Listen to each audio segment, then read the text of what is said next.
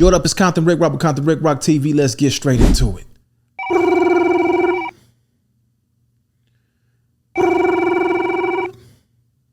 Yo, what up? It's Rick Rock. Hey, what up, homie? What's cracking with it?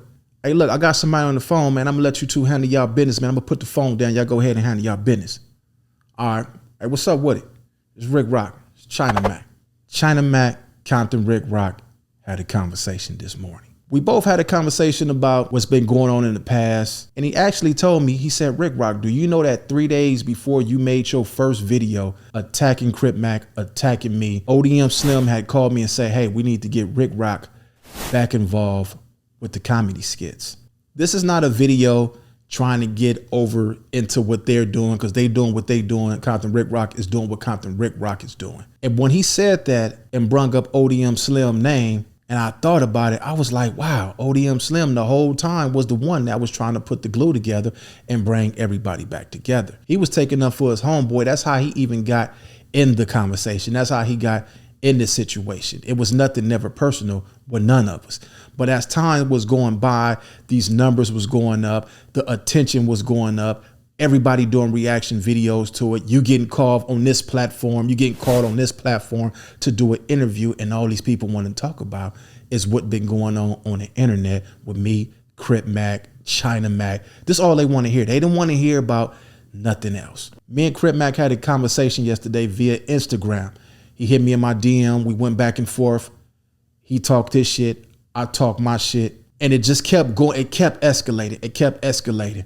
And I said, hey, look, homie, check this out, homie. How about, man, we just stop all this. Let's stop all this dissing. Let's stop all this disrespect. Let's kill all that, homie. This ain't nothing personal. I ain't got no personal issue with you. He explained to me he ain't got no personal issue with me. I'm not one of his enemies, anything like that. So we killed that. So me getting the phone call this morning was actually me reaching out to another guy from a whole nother state that just so happened to be friends with China Mac. Everything came together. We put all that stuff behind. Talk like grown man. We grown. I'm gonna end all that. No more disrespecting you guys. You guys don't disrespect me. And he told me, he was like, Rock, I don't have no personal problem with you, bro. I never had a personal problem with you. When I met you the first time, you know what I'm saying, we was on a whole different level. So when you came at me on the internet, and I explained to him, I said, listen, homie, I ain't never did reaction videos, and I thought this was the way to go. I thought getting on the internet, talking about the next person was the way to go. When you see them numbers going up, you like, wow, this stuff is really working, but that's not the way to work. You actually getting tricked. You actually getting tricked. If somebody can possibly get hurt on this internet. Now, if you know that you're not about to do nothing to anybody, nobody's supposed to do nothing to you, at some point we got to say, you know what, let's go ahead and end this, because I'm watching a lot of people on the internet take the same approach. A lot of people is doing the same thing. When you a leader, homie, and you do things and other people follow you and you know it's not right, that's when you have an obligation to clean it up. This stuff started on the internet, so I'm ending it on the internet. I do respect the fact that me and China Mac was able to have a conversation and handle it like grown men. I respect the fact that me and CRIP MAC was able to have a conversation and end it like grown men.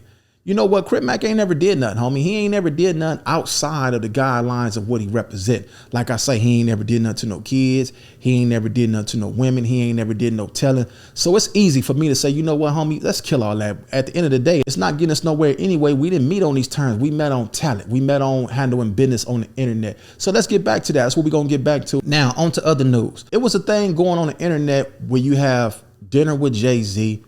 Or would you take $500,000 cash? This is probably like a year old. I seen this post on the internet. Ray J just spoke on it a couple of days ago.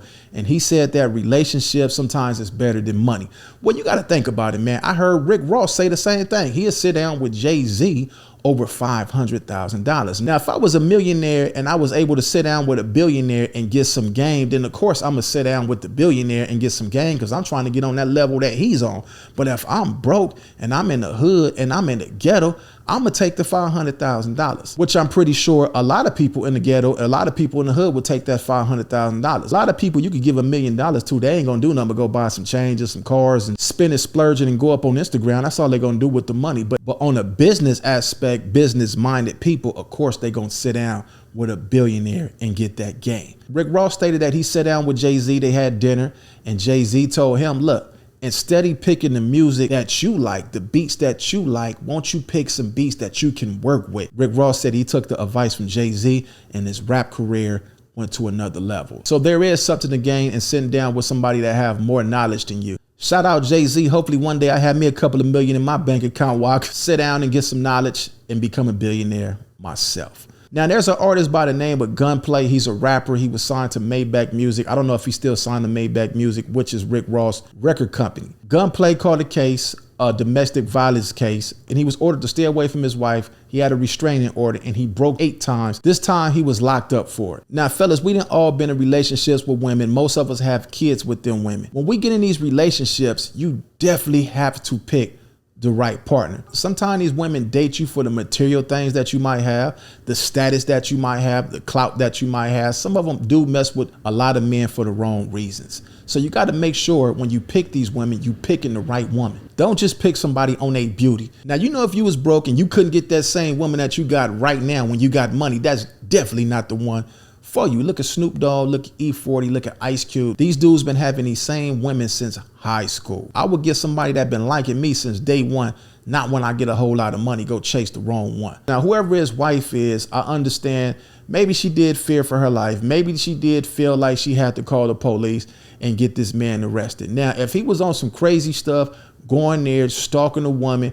getting on her because she got another man or anything like that. You know how men get when they break up with a woman and find out she's dealing with somebody else. They get all crazy, hysterical. They lose their mind and just do a lot of crazy stuff. If that's the case, then she have all right to protect herself. But if this man have a child with you, he's coming to see his kid, you not letting him see his kid, and he's pulling up hoping that he could, you know, come pick his child up, and you call the police on him because he got another woman, then that's a different story. Sometimes men just want to see their kids. It really don't be nothing else.